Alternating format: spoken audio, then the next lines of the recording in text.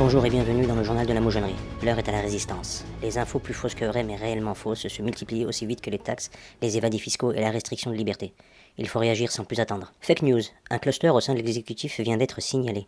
Le Premier ministre et une grande partie du gouvernement ont été testés positifs au mensonge. Ils vont être mis en quarantaine de fermage de gueule pour éviter la propagation des bobards. Guerre. Les conflits se sont multipliés ces derniers mois, surtout sur les plateaux de télévision. Le bilan est cependant léger puisqu'aucun intérêt n'a été dénoncé et aucune victime à déplorer concernant les stipendiés de Big Pharma. La vérité en revanche paye un lourd tribut, mais chacun sait que celui qui dit la vérité, effectivement, il doit être exécuté. Corée du Nord. La popularité du président Macron est en hausse de 8 points. Non, c'est pas vrai. Ah oui, pardon, autant pour moi, elle est en hausse de 22 points. Écologie. Désormais, avant de péter, vous devrez signer une autorisation dérogatoire sur l'honneur d'émissions de gaz à effet de serre. Vous devez y indiquer votre lieu de pétage et ne pas dépasser la diffusion de vos pets dans un rayon de 20 mètres autour de vous-même. Le port du masque est évidemment obligatoire lors de cette activité récréative. Une taxe éco-responsable est à l'étude. La suite lors du prochain conseil de défense de nos sinistres prévus tous les 15 du mois. Absurdie. À partir du 10 janvier, le masque obligatoire que vous portez devra lui-même être masqué. Selon une étude randomisée par 2 aveugles, 3 sourds et un unijambiste, le masque pourrait contracter le Covid puisqu'il est exposé en permanence au virus que vous expulsez par votre bouche, bande de gros dégueulasses. Cela est inacceptable, c'est la raison pour laquelle vous devez porter un masque sur votre masque. Autodestruction. Blanche-Fesse et les 7 Darmanin, notre mini-ministre vient de faire passer un décret contre les aliments culturels qui le choquent dans les supermarchés et dans les restaurants pour, je cite, incitation au séparatisme par communautarisme alimentaire déguisé. Il a fait recenser tous les aliments communautaires disponibles en France afin de les tester, isoler et de les expulser. C'est désormais chose faite. À part des carottes, des choux et quelques rutabagas, il n'y a plus de nourriture en France. On va mourir de faim, mais entre bons Français nourris avec de la nourriture du terroir. Et c'est Moussa Darmanin, le franco-malto-algériano-arménien, qui vous le dit. Entraide. Les secouristes ne pourront plus pratiquer le bouche à bouche. Plutôt crever que d'attraper le Covid, aurait déclaré le ministre de la de la Santé. Culture. Les nouveaux mots qui vont entrer dans le dictionnaire Larousse 2021 ont été dévoilés. Le mot mange-boule fait une entrée fracassante. Sa définition se trouve dans son appellation assez explicite. Pour ceux qui tout de même le trouvent vulgaire, vous pourrez toujours utiliser les synonymes Christophe Barbier ou Dr Delfrécy. Ça fonctionne également. On s'en bat les reins. Jimmy Mohamed, fichier S. S comme soumis, pour être précis. Étable. Le docteur Djilali Hanan, de la ville de Garches, appelle à un reconfinement qu'il estime inévitable. Bon, c'est vrai que si c'est Hanan qui nous conseille, ou les membres du gouvernement, c'est kiff-kiff.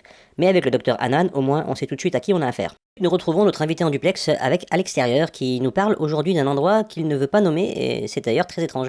Bonjour cher Alex, est-ce que vous pouvez nous dire où est-ce que vous vous trouvez actuellement ? Avant toute chose, je vais être clair, net et précis. On annonce un 3e reconfinement. Les guignols qui usurpent la France se sont réunis pour se renifler le postérieur pour faire ce qu'ils appellent un conseil de défense. Bon, perso, j'appelle ça un conseil de double défense. La première défense, c'est ce qu'ils vont encore nous faire subir pour couler le pays. Et la deuxième, c'est ce qu'ils vont sniffer pendant ce conseil. Bref, si vous me connaissez, vous savez que j'en ai rien à battre du confinement. Mais alors d'une force, même Dark Vador, il sait à quel point de je m'en foutage de la force qui est en moi, je m'en carre l'oignon de leur confinement.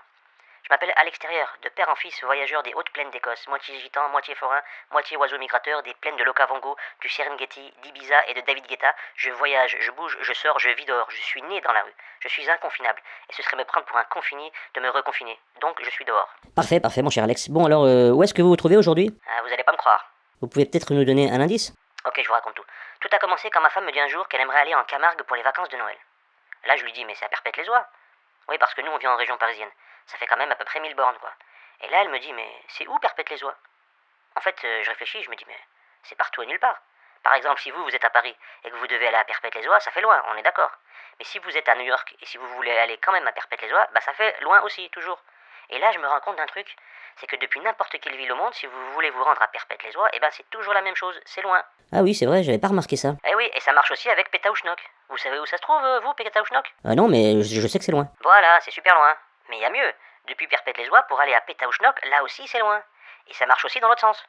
Ça veut dire quoi ? Ça veut dire que Perpète-les-Oies et Pétaouchnok sont les 2 villes les plus éloignées de la Terre, quel que soit l'endroit où vous vous trouvez. Et c'est là que j'ai eu un flash et ça a changé complètement ma vision du monde. Ouais, c'est-à-dire ? Vous pouvez nous en dire plus, monsieur Alex ? Bah en fait, bon, en bon scientifique que nous sommes tous devenus, j'ai longuement réfléchi à la question. Et après j'ai enfilé une blouse blanche, j'ai mis BFM TV et j'ai réalisé une étude multicentrique randomisée en double aveugle sur la question en invoquant notre Seigneur Dieu Martin Blachier. J'ai réalisé 2 choses très importantes. D'abord, que c'est impossible que 2 endroits soient toujours les plus éloignés, quel que soit l'endroit où se trouve sur Terre. Et ensuite, que ces 2 endroits ne se trouvent finalement pas sur Terre. Attendez, monsieur à l'extérieur, qu'est-ce que vous êtes en train de nous dire ? C'est-à-dire que Perpète-les-Oies et Pétaouchnok sont en réalité 2 civilisations disparues qui ont colonisé la Terre il y a de cela 14 milliards d'années. Enfin, ça dépend si on parle en hors taxe. Mais sinon, on va dire 3000 ans en année non binaire, et qu'ils nous ont offert de grandes découvertes qui nous servent depuis toujours dans notre quotidien. Waouh, c'est incroyable. Qu'est-ce que je voulais dire? Et quelles sont ces choses qu'ils nous ont offertes? Plein. Je sais pas moi, le vaccin contre les caries, celui contre la gueule de bois, contre la mauvaise haleine aussi. Ou il y a mieux, il y a le séquençage de l'ADN de la cacahuète, c'est eux. Le drawing gum, les furoncles, ou même l'art contemporain, par exemple, eh ben tout ça c'est eux. Ils nous ont aussi offert des technologies dingues, le coupe-ongle, le cure-dent, les chiottes à la turque. Mais c'est une blague? Évidemment que c'est une blague. Vous avez pas encore compris que la prochaine carotte c'est les visiteurs de l'espace? Ça va arriver très vite, méfiez-vous. Non mais attendez, à l'extérieur. Vous voulez dire qu'on va entrer en contact avec des extraterrestres? Eh ouais, c'est le prochain entubage intergalactique à venir. Ils nous confinent et après ils vont nous parler de l'arrivée des grands voyageurs des espaces infinis. Vous savez comment ils vont nous raconter ça? Bah ils vont se pointer avec leurs grandes soucoupes et débarquer comme des prophètes des temps modernes pour nous sortir la légende de la ouais on aurait pollué la Terre, qu'on gâche notre planète. Parce qu'on apprendra que ce sont des aliens véganes, binaires, non-genrés. Ils auront tous la tête de folle dingue de Greta Thunberg. Putain, l'angoisse, t'imagines même pas. Et ils nous parleront d'écologie, et nous, comme des teubés, on va avaler leur salade spatiale.